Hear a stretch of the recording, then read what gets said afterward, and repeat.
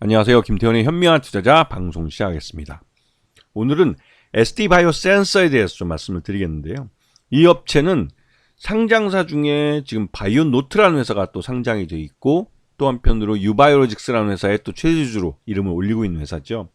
근데 이 ST바이오센서는 기본적으로 진단 키트, 진단의 아주 중점, 오리엔트되어 있는 그런 회사입니다. 쉽게 말하면 코로나 팬데믹 시기에 코로나 진단 키트를 전 세계적으로 가장 많이 판 회사라고 해도 과언이 아니었죠.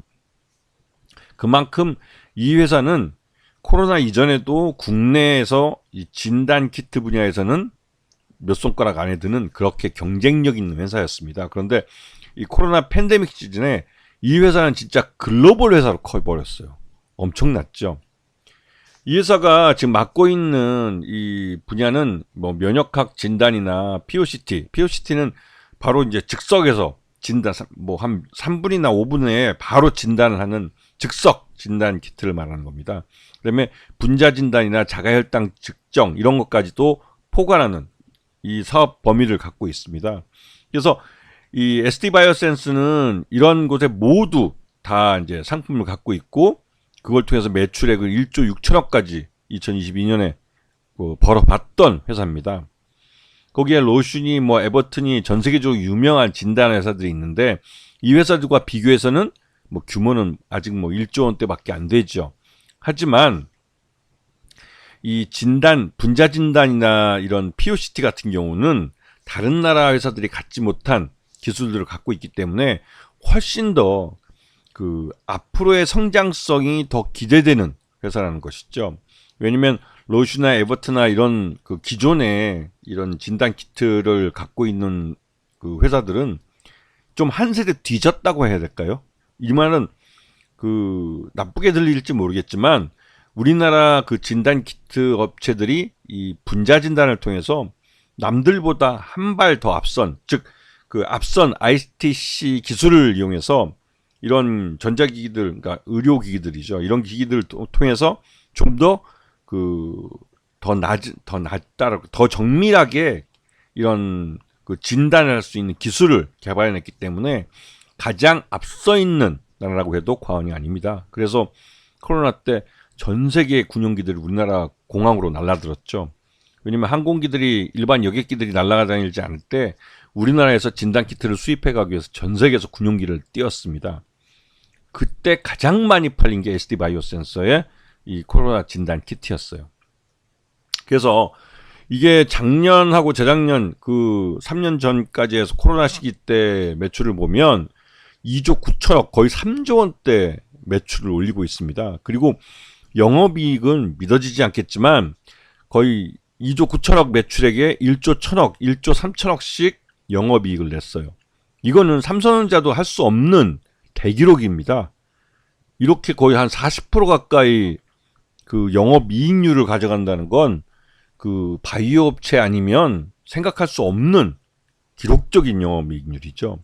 그리고 물론 게임 업체 중에서도 이 정도 영업이익률이 나오는 업체들이 간혹 있긴 있습니다.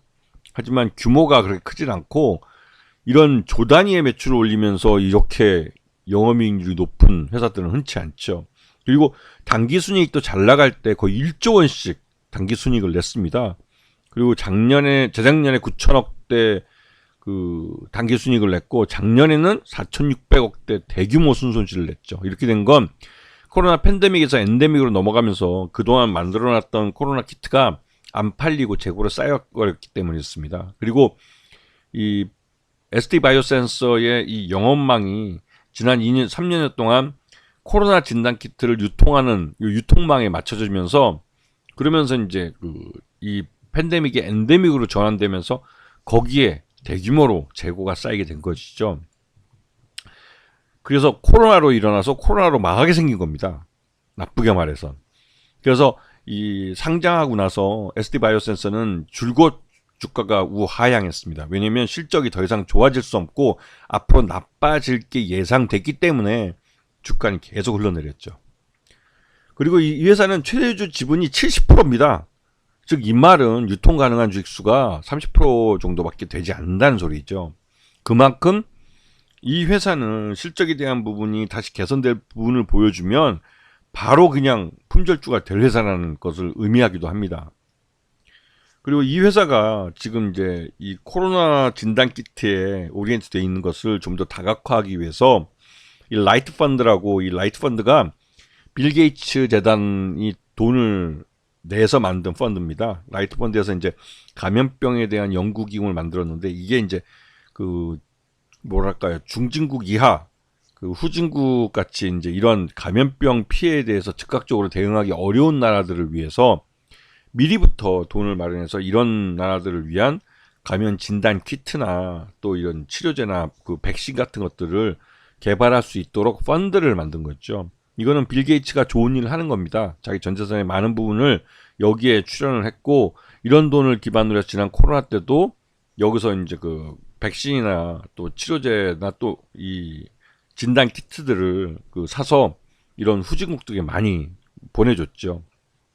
요번에 여기서 SD 바이오센스하고 라이트 펀드가 손을 잡고 그 포도당 6인산 탈수소 효소라는 G6PD라는 이 진단 기기를 만들었습니다. 그런데 이 진단 기기는 3.1열 말라리아 치료제를 대상으로 하는 이런 G6PD 결핍증 환자들을 바로 신속하게 이제 찾아내서 이들에게 3.1열 말라리아 치료제를 이제 투약하는, 즉 그 이런 후진국에 나타나는 이런 질병에 대한 진단 키트를 만들었는데, 이게 이 열대성 지방에 살고 있는 사람이 전 세계 인구 중에 한 4억 정도 됩니다. 그리고 대부분 다 후진국이고요. 그러니까 이 4억의 인구들을 살릴 수 있는 그런 진단 키트를 만들어낸 것이죠. 그래서 이를 통해서 4억 인구를 시장으로 해서 이 코로나, 그러니까 진단 키트를 대체할 수 있는 그러한 꾸준히 나갈 수 있는 진단 키트를 개발해낸 겁니다. 그리고 최근 들어서 보면 그동안 줄기차게 주가가 흘러내리다가 최근 들어서 다시 이제 대규모 자금 22만 주나 외국인 투자가들이 순매수하면서 들어왔어요. 그 이유는 앞에서 말씀드렸듯이 코로나 진단 키트를 대체할 만한 그러한 새로운 그 수익원을 찾아냈기 때문에 그렇습니다. 그래서 ST바이오센스는 상장 이후로 계속 흘러내리다가 최근 들어서 9,570원을 저점으로 바닥을 찍고, 그게 이제 2023년 10월 31일이었죠.